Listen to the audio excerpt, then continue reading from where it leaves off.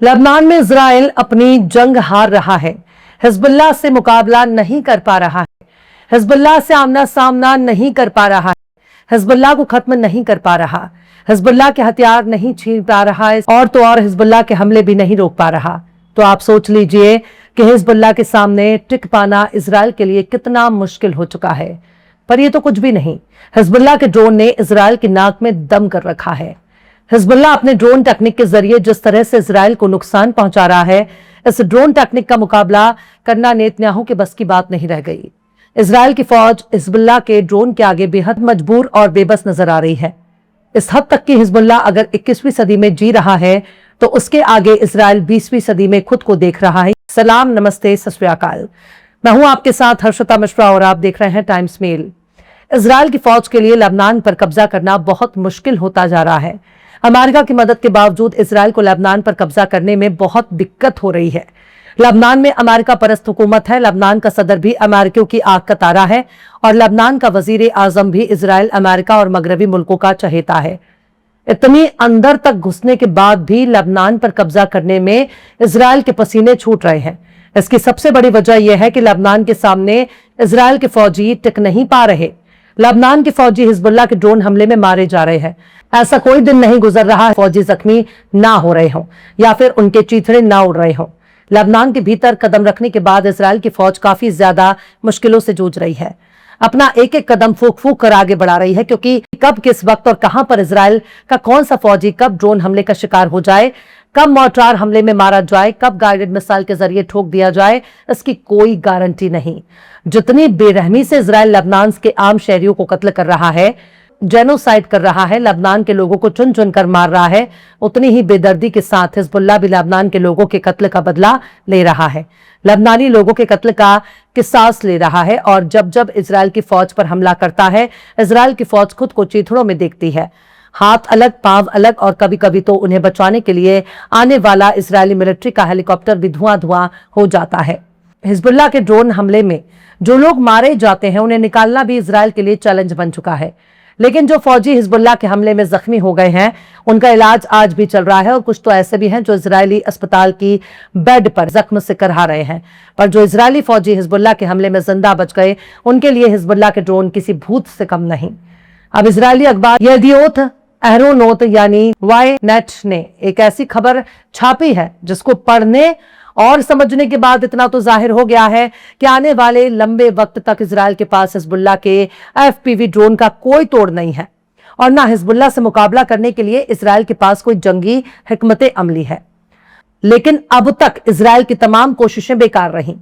Israeli अखबार यानी Y net ने अपनी खबर में हिजबुल्लाह के हमले में जख्मी होने वाले एक इजरायली अफसर से बात की, जिसमें इजरायली अफसर ने बताया कि इजराइल के लिए हिजबुल्लाह का ड्रोन ही असली खतरा है। इजरायली अफसर का नाम लेफ्टिनेंट एस है। लेफ्टिनेंट एस और एक वारंट अफसर अपने एपीसी के रैम को बंद करने की कोशिश करते हैं, लेकिन दरवाजा बंद होने से पहले ही हिजबुल्लाह का ड्रोन फट जाता है। जख्मी होने के बाद वो खुद को महफूज निकाल पाए। बाद में उनकी 2 सर्जरी हुई। लेफ्टिनेंट एस कहती हैं कि हम इस बात को जानते हैं, हमें वहां से जल्द निकलना होगा क्योंकि वहां और भी ड्रोन आ सकते हैं। अब यहां गौर करिए, एक ही जगह पर हमला करने के लिए दोबारा उसी जगह पर ड्रोन क्यों आएगा? दरअसल हिजबुल्लाह इजराइल की तरह ही डबल टेप कर रहा है। डबल टेप उसे कहते हैं जहां पहले एक जगह पर पहला हमला किया जाए, फिर जख्मी होने वाले को बचाने के लिए कई फौजी आएंगे, गाड़ियां आएंगी, तुरंत उसी जगह पर फिर एक हमला और करने की वारदात को ही डबल टेप कहा जाता है। इसमें दुश्मन को काफी नुकसान होता है। अभी हाल ही में हिजबुल्लाह का एक डबल टेप हमला तब देखने को मिला जब हिजबुल्लाह ने पहले इजराइल के आयरन डोम को निशाना बनाया। इसमें 2 ड्रोन का इस्तेमाल किया गया। पहले ड्रोन ने आयरन डोम को निशाना बनाया, फिर आयरन डोम पर हमले के बाद इजराइल के फौजी जख्मी हो गए और इन जख्मियों को बचाने के लिए दूसरे फौजी दौड़कर पास आए और जैसे ही भीड़ की शक्ल में फौजी जमा होते हैं वैसे ही हिजबुल्लाह के दूसरे ड्रोन ने उसी जगह पर हमला कर दिया। मतलब छोटे से वारदात को एक बड़े से वारदात में कैसे तब्दील करना है, ये टेक्निक भी हिजबुल्लाह के हाथ में आ चुकी है। अगर लेफ्टिनेंट एस के बयान का जिक्र करें तो वो कहती हैं कि मैंने ऊपर देखा और वारंट अफसर ने मुझे बताया कि एक ड्रोन है। हम निमेर में घुस गए और पलक झपकते ही वारंट अफसर ने आर्म्ड बंद गाड़ी के पिछले दरवाजे को बंद करने की कोशिश की है, लेकिन हम ऐसा नहीं कर पाए। ड्रोन दरवाजे पर ही फट गया। वायनेट ने अपनी खबरों में बताया है कि हाल के महीनों में एफपीवी ड्रोन आईडीएफ के लिए एक बहुत ही खतरनाक खतरा बन चुका है, जिससे बचने का अभी भी कोई उपाय सामने नहीं आया। वायनेट ने अपनी खबर में बताया है कि इसी हफ्ते एक वारंट अफसर लेबनान से दागे गए एफपीवी ड्रोन इजरायल के भीतर फट गया। इसके साथ ही दूसरे इलाके में 3 इजरायली शहरी जख्मी हो गए, जबकि एक की हालत काफी नाजुक है। वायनेट ने लेफ्टिनेंट एस के बयान को काफी तफसील से छापा है, जिसमें लेफ्टिनेंट एस ने कहा है कि एफपीवी ड्रोन कोई मामूली चीज नहीं है। इसमें धमाका खेज मवाद होता है जो काफी नुकसान पहुंचाता है। ये बहुत बड़ा खतरा है। इसे सिर्फ इसलिए नजरअंदाज नहीं किया जा सकता क्योंकि ये मिसाइल नहीं, एक ड्रोन है। लेफ्टिनेंट एस कहती हैं कि ये ड्रोन तकनीकी तौर पर काफी हाईटेक है। जिस तरह हमारी फौज तरक्की कर रही है, उसी तरह इनके पास भी हाई टेक्निक मौजूद है और ये निहायत ही खतरनाक है। यहाँ गौर करने वाली बात यह है कि यहाँ लेफ्टिनेंट एस एक खातून फौजी कमांडर हैं जो इजरायली फौज की मेंटेनेंस, फौज के हथियारों, गोला बारूद, फौजी गाड़ियों वगैरह की मरम्मत और निगरानी करता है। तकरीबन 2 हफ्ते पहले उनकी टीम ने हिजबुल्लाह के ड्रोन को देखा था। उस वक्त तक तो वो डिफेंसिव पोजीशन में था, वहां एक गाड़ी की मरम्मत करने के लिए मौजूद थी, जिसके बाद ड्रोन ने वहां मौजूद फौजियों पर हमला कर दिया। लेफ्टिनेंट एस और एक फौजी दोनों ही दौड़कर निमेर के अंदर घुस गए और दरवाजा बंद करने की कोशिश करने लगे। तभी हिजबुल्लाह का ड्रोन ब्लास्ट हो जाता है, यानी दरवाजा बंद होने से पहले ही हिजबुल्लाह का ड्रोन फट जाता है और इस दौरान लेफ्टिनेंट एस को ड्रोन के छर्रे लगे। धमाके की लहर से उन्हें मामूली चोट आई, जबकि वारंट अफसर को भी हल्की फुल्की चोट आई। लेफ्टिनेंट एस कहती हैं कि हमें दोबारा ड्रोन हमले से बचने के लिए महफूज ठिकाने पर पहुंचना था। हम पहुंच भी गए। फर्स्ट एड के बाद कुछ ही देर में हेलीकॉप्टर ने उन्हें तेल अवीव मेडिकल सेंटर में लाया गया, जहां ट्रॉमा वार्ड में उनका इलाज किया गया। सबसे दिलचस्प बात यह है कि इस ड्रोन को ट्रेस किया जाना बहुत मुश्किल है, क्योंकि ये ड्रोन कोई इलेक्ट्रॉनिक सिग्नल नहीं छोड़ता, जिसकी वजह से ये रडार में नजर नहीं आता।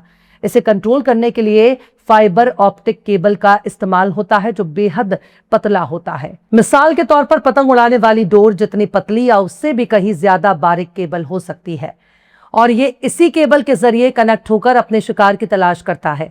जैसे ही मौका मिलता है दुश्मन को फूंक देता है। इसलिए इजरायल की फौज हिजबुल्लाह के एफपीवी ड्रोन या कोई तोड़ नहीं निकाल पा रही है। इसलिए हिजबुल्लाह को इजरायली फौज के आगे काफी हाईटेक माना जा रहा है। इस पूरे पस मंजर को देखने के बाद यही कहा जा सकता है कि दुश्मन चाहे छोटा हो या बड़ा, पर कभी भी दुश्मन को कमजोर नहीं समझना चाहिए। हिजबुल्लाह ने इजरायल को समझा दिया है, कमजोर नजर आने वाली हर चीज कमजोर नहीं होती। फिलहाल इस खबर में बस इतना ही। यह एपिसोड आपको कैसा लगा कमेंट बॉक्स में जरूर से बताइए। पसंद आए तो लाइक करें, शेयर करें और बेबाक, निष्पक्ष, स्वतंत्र पत्रकारिता को सपोर्ट करने के लिए हमारे चैनल टाइम्स मेल को जरूर से सब्सक्राइब करें और बेल आइकन की घंटी वाली बटन जरूर से दबा दें, ताकि आपको हमारे आने वाले नए वीडियो की नोटिफिकेशन फौरन ही मिल जाए। फिर मिलते हैं किसी और वीडियो में एक नई खबर के साथ। हर्षिता मिश्रा को दीजिए इजाजत। जय हिंद। अगर अभी तक आपने हमारे चैनल टाइम्स मेल को सब्सक्राइब नहीं किया है तो जल्दी से सब्सक्राइब कर दें और बेल आइकन भी प्रेस कर दें।